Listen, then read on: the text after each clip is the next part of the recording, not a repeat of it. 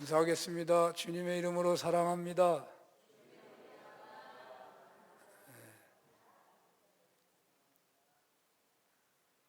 말을 안 해가지고 가정에서 문제가 많거든요. 입이 열려야 마음도 열리고, 자꾸 사랑합니다 이렇게 말을 하는 게 좋습니다. 마태복음 23장 1절에서 12절 본문으로 신앙의 거품을 제거하십시오 라는 제목으로 주님의 말씀을 증언하겠습니다. 요즘 국내적으로 매우 경제가 요동쳐서 혼란할 정도인데, 저는 잘 모릅니다만은 누군가가 그런 말 하더라고요. 경제적 위기의 가장 큰 문제 중에 하나는 거품 때문이라고 그래요. 거품 때문이라고.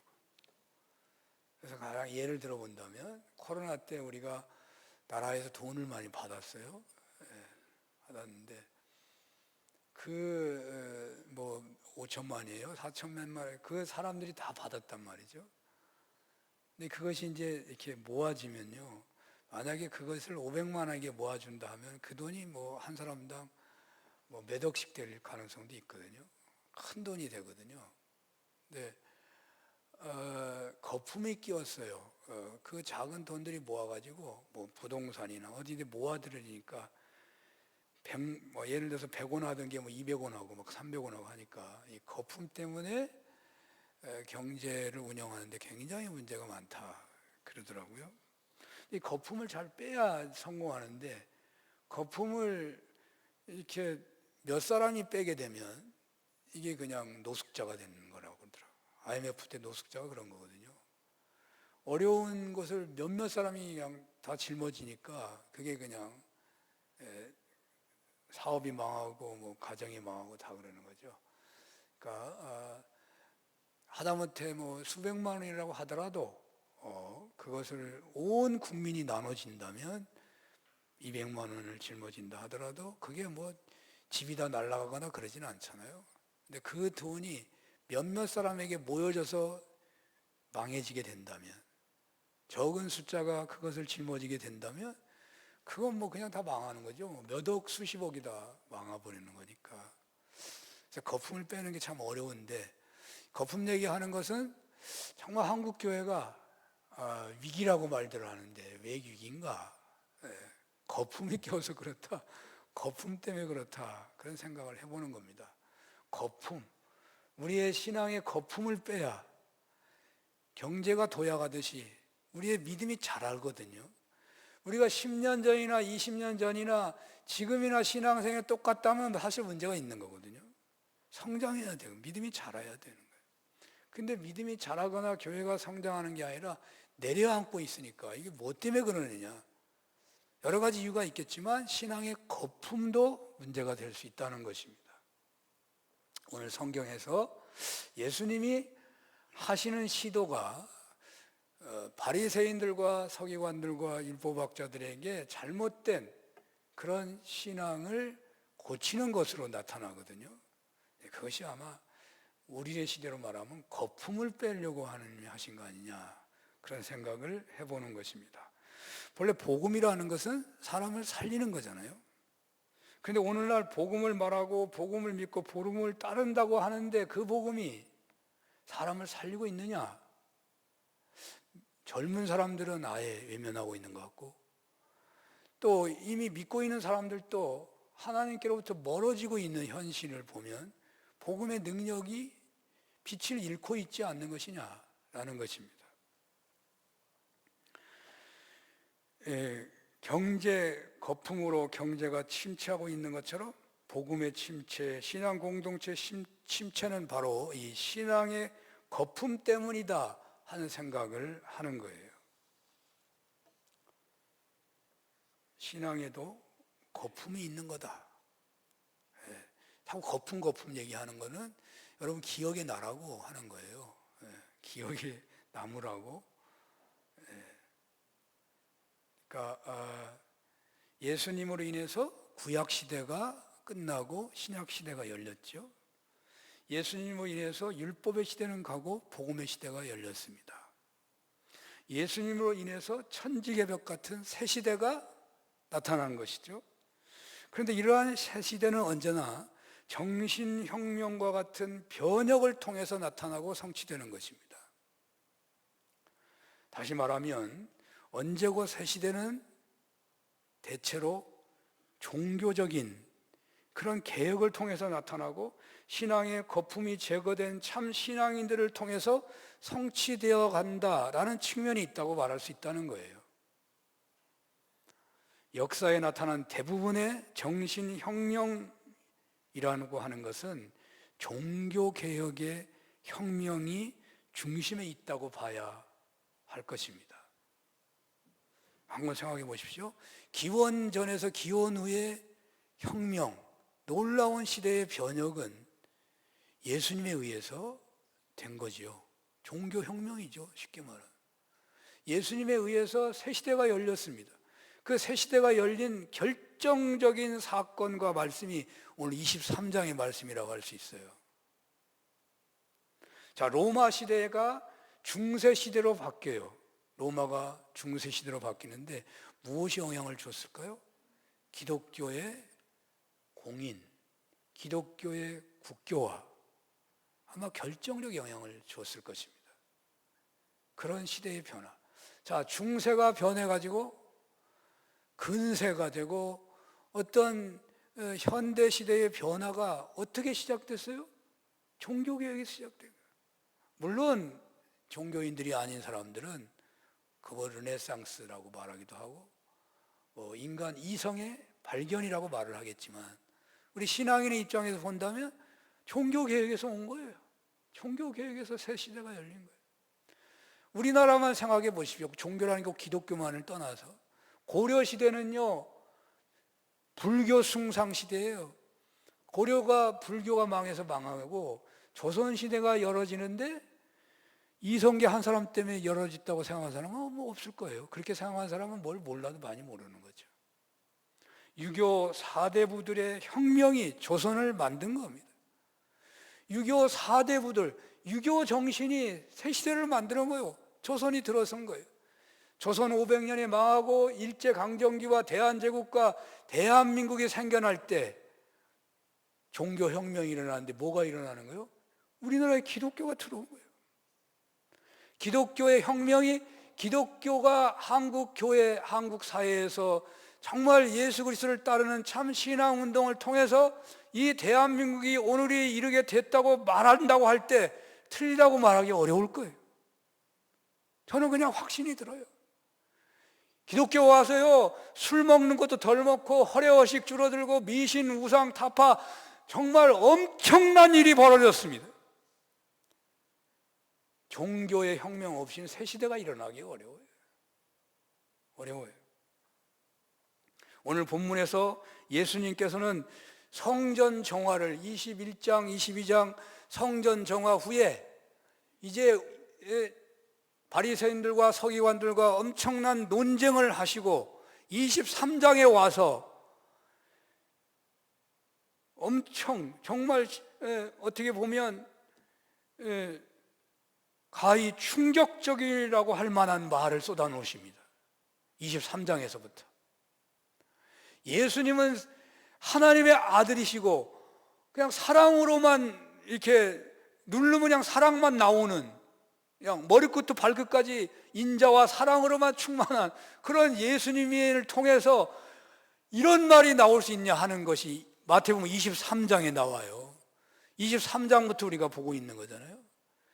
여러분 예수님의 입술에서 무슨 말이 나옵니까? 화이 있을진저, 화이 있을진저, 뱀들아, 독사의 새끼들아, 이런 말이 쏟아져 나와요. 마태복음 23장에 나와요. 화이 있을진저, 이 저주가 섞인 말투로 잘못된 당시 종교를 이끌었던 바리새인들과 서기관들과 유대교를 과감하게 혁파하고 계시는 거예요. 당대 최고의 종교 지도자들, 사회 지도자들을 향하여 예수 그리스도께서 뱀들아, 독사의 자식들아 라고 지칭을 하셨다면 그 시대는 이미 끝난 겁니다. 그 시대는 이미 끝났다는 선언입니다. 예수님이 그렇게 말씀하셨으니까. 그래서 그 시대가 끝나고 예수님 이후에 복음의 시대가 열리는 거예요. 예수님의 입술에서 독사의 새끼들아, 그런 말을 하실 수 있냐고요. 주님께서는 이렇게 새 시대를 열으신 겁니다. 1절에 보면 지금까지 대화의 상대였던 바리새인들, 사두개파 사람들, 율법학자들, 장로들, 제사장들, 헤롯 당원들하고 주님이 분쟁을 하다가 22장 끝문물에 뭐라고 해요? 예수님의 말씀 앞에서 대답하는 자가 아무도 없었더라, 뭐 그런 말로 끝나잖아요, 22장에서. 그래서 23장 1절에 예수께서 이제 제자들에게 말씀을 하고 있어요. 제자들에게 새 시대를 열고 계시는 거죠. 그런데 우리가 1절에서 12절까지는 독사의 새끼들은 말은 안 나오지만 1절에서 12절까지 주님이 제자들에게 말씀하시는데 특별한 방법으로 말씀하셔요. 지금까지 바리새인들, 서기관들, 율법학자들하고 엄청난 논쟁을 하셨는데 바로 그 바리새인들, 서기관들을 이 스크린에다가 올려놓으면서 이거 보라 하면서 말씀하시는 것 같아요. 오늘 본문을 보면 그렇습니다. 사실은요, 교육을 할 때는 언제나 예를 들어서 교육을 하잖아요. 그렇게 하시는 것처럼 모범된 인물을 내세워 놓고서 그를 통해서 좋은 점, 나쁜 점을 말씀하시면서 교육하시는 거잖아요. 그래서 예수님께서는 당시에 훌륭한 인물들로 그렇게 풍문이 도는 계층들을 강단 화면에 비추면서 설명하고 있으시는 거예요. 그래서 바리새인들에 대해서, 서기관들에 대해서, 율법자들에 대해서 지금 제자들에게 말을 하면서 지금 이 말씀을 하고 있는 거예요. 예를 들어가지고요. 그런데 그 당시의 시각과는 전혀 새로운 방식으로 신앙의 길을 제시함으로 새 시대를 열고 계시는 것입니다. 바리새인들과 서기관들이 당대의 백성들에게 존경을 받았지만 그것은 그들의 진면목을 제대로 못 봐서 그렇다라는 것이죠. 너희들이 바리새인들과 서기관들을 존경하지만 너희들이 그들의 진짜를 몰라서 그런 것이야. 그들은 이러이러해서 독사의 새끼들이고, 그 말이에요. 이러이러해서 지금 12장에 쭉 설명하고 있는 거예요. 이러이러해서 그 다음에 이제 독사의 자식들하고 그 다음부터 나오기 시작해요. 이러이러해서 독사의 새끼들이고 화를 피할 수 없는 자들이다, 그렇게 선언하고 계시는 것입니다. 예수님은 이들의 시대는 끝났다고 선언하시고 새 시대를 열고 계시는 것입니다. 새 시대는 어떻게 열리냐고요? 대체로 언제나 잘못을 다 파헤쳐가지고 싹 제거해야 새 시대가 열리는 거죠. 당대의 거짓 신앙의 행태를 들추어서 공개적으로 책망하고 저주함으로써 그 신앙을 퇴출시키고 계시는 것입니다. 우리는 이 얘기가 그냥 재미있는 것으로 들릴지 모르지만 정말 이 본문의 현장으로 간다면 얼마나 심각하고 얼마나 주님이 강조하시고 두렵고 떨림으로 말씀하시는지 몰라요. 아주 독사의 새끼들아, 화가 있을 것이다, 이렇게 어떻게 말할 수 있냐고요.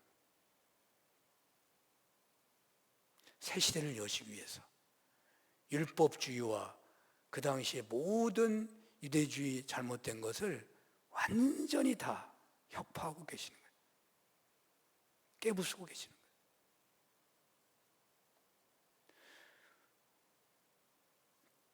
이렇게 바리새인들과 그 일파가 다 예수님의 구원사에서 퇴출되고 있는 것처럼 어쩌면요, 한국의 기독교가 이 나라를 이렇게 세우는 데 쓰임받았지만 한국의 기독교가 거품이 제거되지 않으면 퇴출될 수 있다, 그 얘기를 하고 싶은 거예요.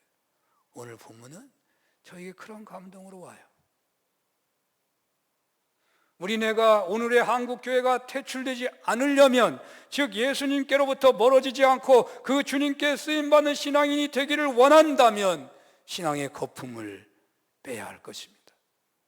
여러분들이 예수 안에서 참 자유와 평강을 누리고 주님 앞에 쓰임받으며 생명을 살리는 신앙인들로 쓰임받기를 원한다면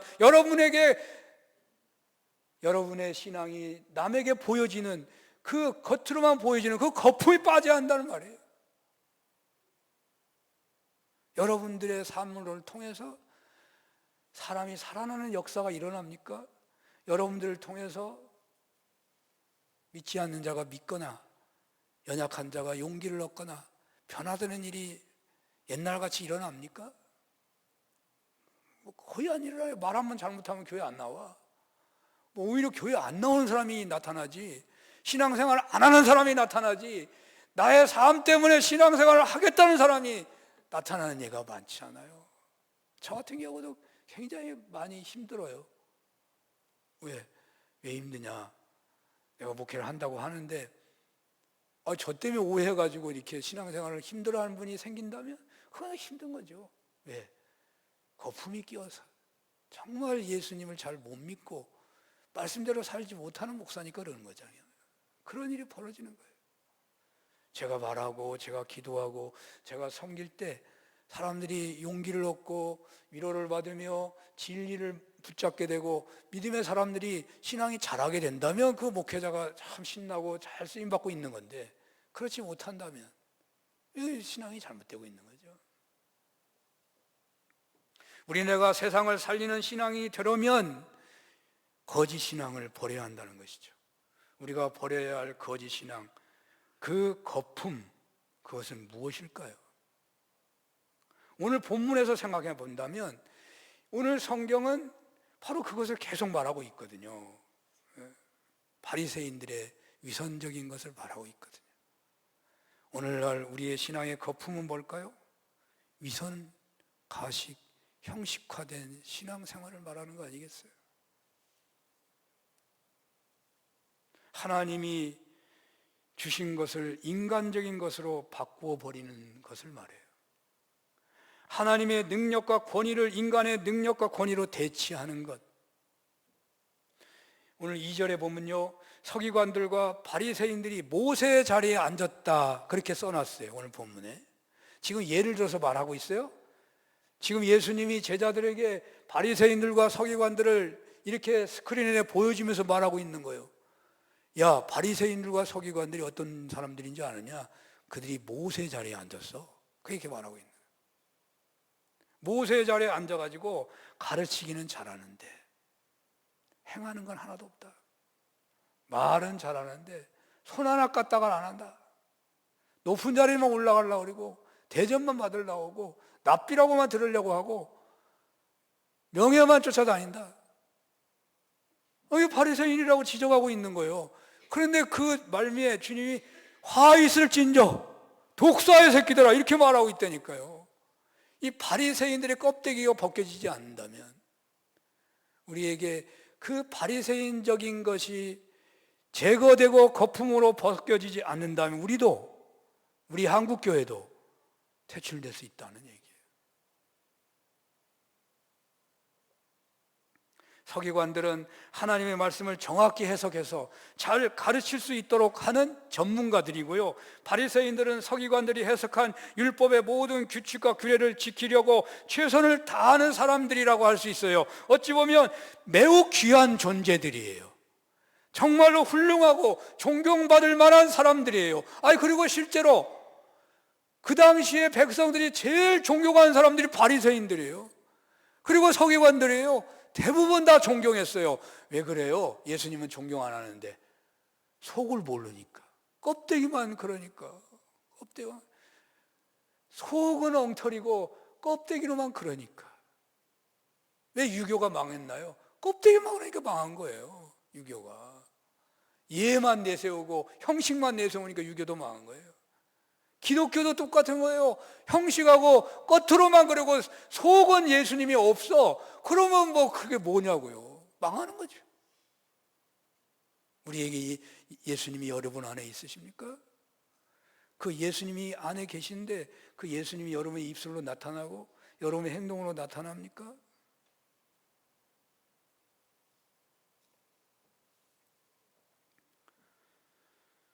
이들은 권위가 주어졌고 바리새인들과 서기관들 존경을 받고 있었음에도 불구하고 지금 예수님으로부터 가장 거짓된 신앙인들의 대표로 지목되고 있습니다. 이들은 자신들의 권위와 받는 존경심을 하나님에 의해서 받고자 하는 것이 아니고 인위적으로 외식으로 만들어서 누리려고 하는 거예요. 이것은 신앙이 아니고 외식이고 인간의 윤리 도덕, 인간의 노력, 그 하나님의 자리에 인간이 서 있는 겁니다. 중세 최고의 신학자가 한 말이 늘 회자되곤 하는데, 토마스 아퀴나스가 은과 금은 내게 있지만 내게 있는 것을 내게 주느니 곧 나사렛 예수 그리스도 이름으로 일어나 걸어라 하는 이 예수님의 이름의 능력은 우리 중세 이 전성기라고 하는 그 시대에 없다고 토마스 아퀴나스가 정말 한탄하며 말하는 바가 있어요. 지금의 교회도 비슷하지 않나요? 교회가 금으로 대리석으로 많은 돈으로 그렇게 세워졌지만 과연 예수 이름에 능력이 있느냐 말이죠. 예수님의 이름 앞에 정말로 순교적으로 살아가는 사람이 있느냐 말이죠. 예수님의 이름 앞에 정말 분노가 나지만 믿음이 연약한 자 때문에 내가 화를 참고 인내하며 정말 그 사람을 변화시키기 위해서 기도하며 그렇게 할 사람이 있느냐 말이죠.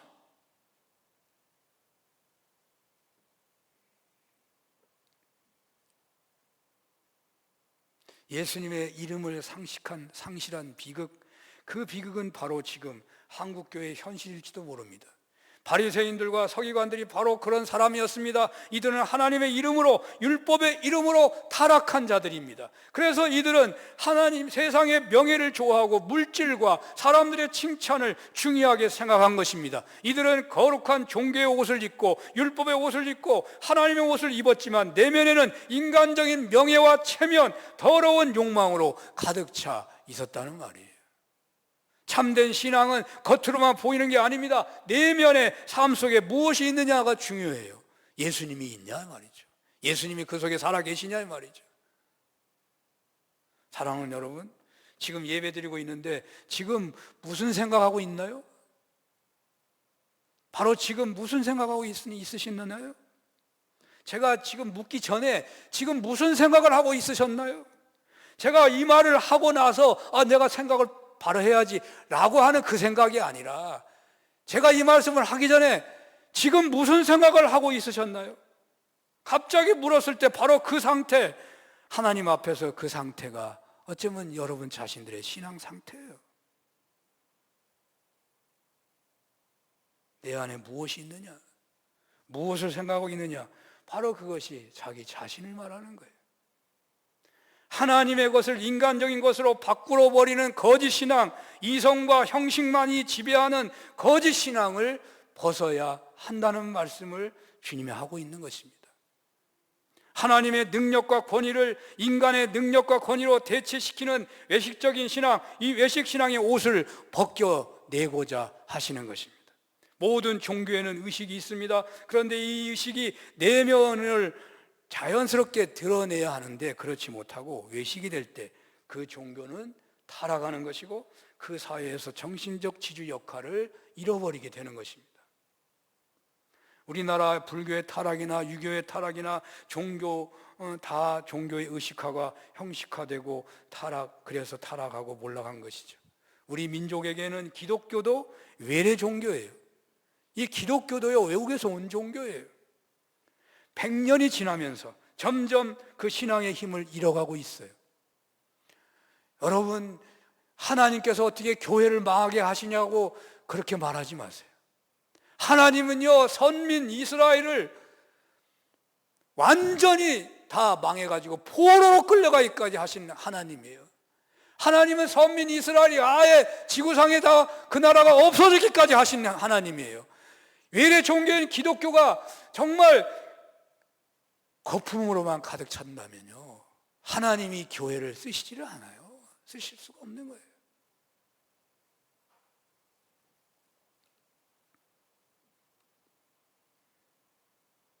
진리가 위선이 되어버릴 때 하나님의 능력은 떠나고 인간의 욕망만 가득 찰 뿐인 것입니다. 예수님께서는 형식주의, 위선, 외식의 옷을 벗으라는 것입니다. 우리들의 신앙에서 외식의 거품이 빠지기를 원하십니다. 외식은 화려하고 그럴싸하고 능력이 있어 보이지만 어떤 경우에는요, 존경을 받을 수도 있어요. 존경을 받을 수가 있어요. 왜 장애인들이 존경을 못 받는 경우가 많아요? 장애인들이요, 훌륭한 경우가 너무 많아요. 그냥 겉으로 보기에 이상하니까 존경을 못 받는 거지. 장애인이요, 여러분 소경같이 마음이 좋은 사람은 내가 못 봤어요. 다는 안 그러겠지만 정말 앞이 안 보이니까 하나님만 보고 살더라고. 정말 진실하더라고요. 그런 사람 봤어요. 가식이 하나도 없어요. 남에게 보일 게 하나도 없는데 어떻게. 여러분, 장애가 있는 사람은요, 다른 재능이 반드시 있어요. 하나님이 공평하셔가지고. 그래서 장애인도 우리가 정상적으로 대해야 되는 거예요. 장애인은 외식을 할 수가 없잖아요. 외식을 못하니까 다 이상하게 보이는 거예요. 그러나 외식을 잘하면요, 존경의 사람들이 그럴싸하잖아요. 좋아 보이잖아요. 마릴린 몰로, 엘비스 프레슬리 얼마나 대단한 사람들이에요. 얼마나 많은 대중들이 그를 따라갔습니까? 그 화려함이 얼마나 대단했습니까? 그러나 그들이 다 자살해서 죽어요. 한 사람도 마지막이 좋지 않아요. 겉은 화려한데 자기 속은 안 그렇거든. 남들에게는 환호를 받고 있지만 자기 속은 병들어 있거든요. 그냥 그 차이를 견디지 못해서 죽은 거 아니겠어요? 외식은 화려하고 그럴싸하고 능력 있어 보이고 존경받을 수도 있겠지만 하나님의 능력이 아닙니다. 신앙의 능력도 아닙니다. 인간의 자랑일 뿐입니다. 그래서 거기에는 참된 기쁨도 참된 행복도 그 화려함도 풀처럼 일시에 시들고 마는 거예요. 그 대단한 인물들도 일시에 사라지고 마는 거예요. 신앙의 거품을 빼는 것은 우리가 신앙생활에서 능력을 찾는 길이라고 할 수 있습니다. 그렇다면 어떻게 거품을 빼야 하는 것인가? 우리네 신앙생활에서 이손의 옷, 외식의 옷을 벗어야 되는 거예요. 가식과 위선이 제거될 때 진정 하나님과의 관계가 회복되는 것입니다. 부부간에도 그렇습니다. 식구간에도 그렇습니다. 교회 공동체 안에서도 진정 하나 되는 길은 위선의 옷이 벗겨져야만 하는 것입니다. 그렇다면 무엇이 위선이고 가식일까요? 하나님 앞에서 양심에 부끄럽고 죄스러운 태도가 가식이고 위선이에요. 죄스러운 태도는 가식이고 위선이에요. 부끄러운데 그냥 그대로 행동하고 있는 거죠. 그게 위선이고 가식이죠. 부끄러우면 안 해야 하잖아요. 죄가 된다면 안 해야 하잖아요. 기도할 때 위선은요, 중언부언하는 거예요. 기도할 때 위선은 중언부언하는 거예요. 이 말에 이제 안 걸릴 사람이 없을 거예요. 목사인 저도 수도 없이 넘어지니까요. 여기서는 쉽게 기도하는데 총회나 가서 기도하려면 나도 모르게 위선하는 기도가 되기 쉬워요. 사람들이 나를 뭐라고 보나. 이게 의식하는 거죠. 왜 사람을 의식하는지 몰라요. 기도하는데 왜 사람을 의식해? 하나님을 의식해야지. 훈련이 안 돼가지고 아직 잘 몰라서 그럴 수 있어요. 어린아이가 갑자기 뛰어다닐 수는 없잖아요. 그렇다고 하더라도 그 중심에는 언제나 내가 사람을 의식하고 있구나. 그걸 깨달아야 돼요. 하나님은 남보다 잘하는 거 원하지 않아요. 하나님은 그 중심을 원하는 거예요. 하나님이 남을 비교해가지고 저 사람보다 너는 왜 못하냐 이렇게 하지 않아요. 그 사람 중심을 원하는 거예요. 그냥 사랑합니다 하면 돼요. 하나님 해주세요 하면 돼요. 그냥 내가 아는 대로 말을 하는 거예요. 모를 때는 어떻게 하겠어요? 그리고 교육 받는 거고요. 남에게 보이려고 하는 것이 위선이에요. 예배를 드릴 때 가식은요, 예배자의 마음이 딴 곳에 가 있으면 위선이에요. 예배는 여기서 하고 있는데 내 마음은 딴 데 가 있어. 위선이지. 헌금을 할 때 위선은요, 체면이 작용하면 위선이에요. 체면이 작용, 헌금하는데 왜 체면하고 관계가 있어? 그런 사람 너무 많더라고. 헌금하고 체면하고 무슨 상관이 있어요? 사랑을 할 때 가식은요, 두 마음을 품는 거예요. 한 사람만 사랑해야 되는데, 부부간에. 딴 데 마음이 있는데, 그럼 어떻게 해요? 더 잘한다고 그러더라고. 더 잘한대. 아세요? 그런 거? 마음이 딴 데가 있으니까 그거 숨기려고 더 잘한대. 그게 얼마나 가식이에요. 신앙도 그런 거요. 죄가 많은 사람이 하나님 앞에 더 잘하는 것처럼 할 수 있어요. 그 가식이 있을 수 있는 거예요.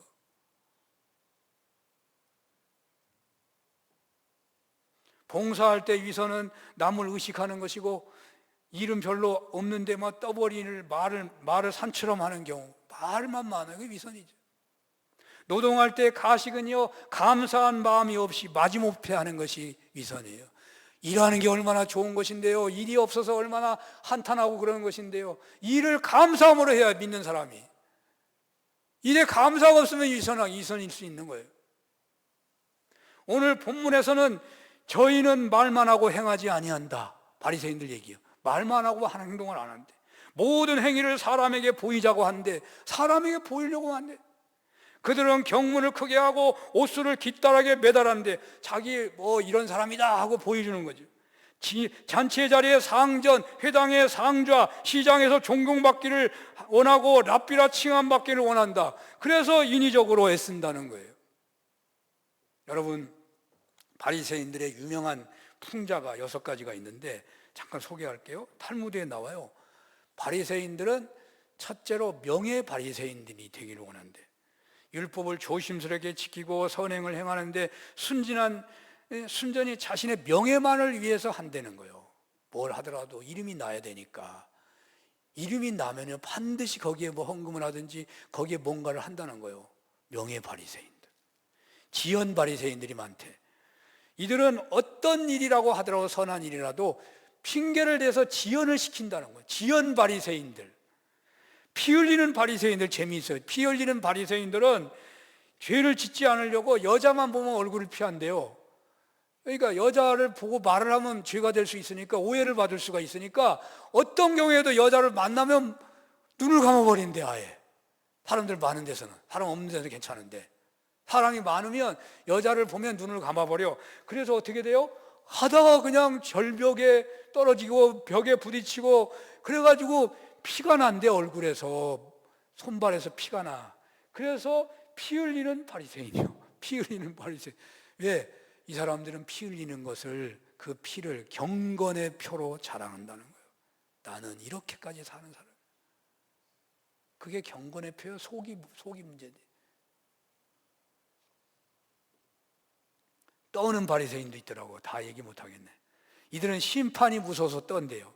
얼마나 떠는지, 잔을 닦을 때 두려워서 이 소관을 못 닦고 껍데기만 닦는데, 여러분, 우리의 종교 행위에 두려움이 있을 수 있어요. 그 두려움이 진실이면 좋은 거예요. 가식이면 안 돼요. 두려워하는 척 하면서 여기 나오면 벌벌 떨고 나가자마자 하하거리고, 그게 가식 두려움이에요. 여러분, 정말 여러분이 예배 중에 하나님의 임재를 두려워하느냐 이 말이에요. 하나님의 임재를 두려워하냐 이 말이에요. 그냥 두려워하는 척 하느냐 아니냐 말이에요. 예배 드리는데 거품에 옷을 벗어던진 신앙인, 그가 능력 있는 신앙인이고, 무너져가는 한국교회를 지탱해 줄 신앙인이고, 예수님과 동행하는 예수 공동체 산업계 중심 인물이 될 거라고 믿는 것입니다. 그렇다면 거품을 제거한 참된 신앙인은 어떤 신앙인인 것인가? 오늘 성경은요, 단지 섬기는 자라고 말하고 있어요. 오늘 10절에서 11절 제가 성경 구절을 올리지 못해서 죄송한데요, 한번 볼까요? 10절에서 11절에 이렇게 나옵니다. 제가 읽어볼게요. 또한 지도자라 칭함을 받지 말라. 너희의 지도자는 한 분이시니 곧 그리스도시니라. 너희 중에 큰 자는 너희를 섬기는 자가 되어야 하리라. 이 어마어마한 책망 앞에서 주님은 그러면 거품을 뺀 신앙인이 누구냐? 단지 섬기는 자라, 그 말이에요. 겸손해서 낮아져 섬기는 자, 그가 이 혼탁한 세상을 새롭게 하는 지도자가 될 수 있다는 말입니다. 그가 진정으로 예수님이 새 시대를 시작하시고자 하실 때 귀하게 쓰임받은 도구가 될 수 있다는 말입니다. 예수님은 하늘 보좌를 버리시고 이 땅에 오셔서 참 겸손을 보여주셨습니다. 그 극심한 고난 중에서도 묵묵히 세상 죄를 지고 가는 어린 양이셨습니다. 발을 닦으시고 문둥병자를 어루만지시고 천대받던 여인들과 어린이들을 용납하며 사랑하셨습니다. 진정 주님은 십자가를 지시기까지 인간을 섬기셨습니다. 인간을 이렇게 섬김으로 살리셨습니다. 외식의 거품이 빠진 참된 겸손과 진실한 섬김의 삶, 여기에 신앙의 이대함이 있고 신앙의 힘이 있는 것입니다. 예수님과 동행하는 행복한 예수 공동체는 이렇게 위선이 없는, 가식이 없는 섬김의 사람들이 몇 명이나 되느냐에 따라 성패가 좌우될 거라고 믿습니다. 왜? 그렇게 가는 사람이 있으면 다른 사람이 따라가기 때문에 그렇습니다. 하나님께서 우리에게 이런 슬로건을 주신 것은 우리로 하여금 이런 훈련의 길에 서라는 것이죠. 위선과 가식이 지배하고 있는 세상이지만, 거품의 구조조정에 큰 고통이 따르는 것이지만, 신앙 거품을 빼는 것, 바로 그 길에 서라고 말씀하시고 있는 거예요. 신앙의 침체를 벌었으나 더욱 주님을 닮아가는 성화의 길에 서게 되는 것이고, 참 자유를 누리고 참 평화를 누릴 것이고, 침체해가는 신앙 공체를 살리는 귀중한 그릇이 되는 것입니다. 신앙 거품을 제거하십시오. 바리새인들의 외식, 형식주의를 버리십시오. 신앙의 모든 외식을 버리십시오. 그리고 진정 낮아져서 섬기는 자가 되시고 사랑하는 길을 소원하는 신앙 대열에 서시기를 바랍니다. 기도하겠습니다. 예수님께서 바리새인 서기관들의 외식을 책망하신 것처럼 신앙 거품인 외식을 과감히 벗어버리고 진정 낮아져서 섬기는 자로 살아 예수님과 동행하는 은혜 누리게 하여 주시옵소서. 예수님 이름으로 기도합니다. 아멘.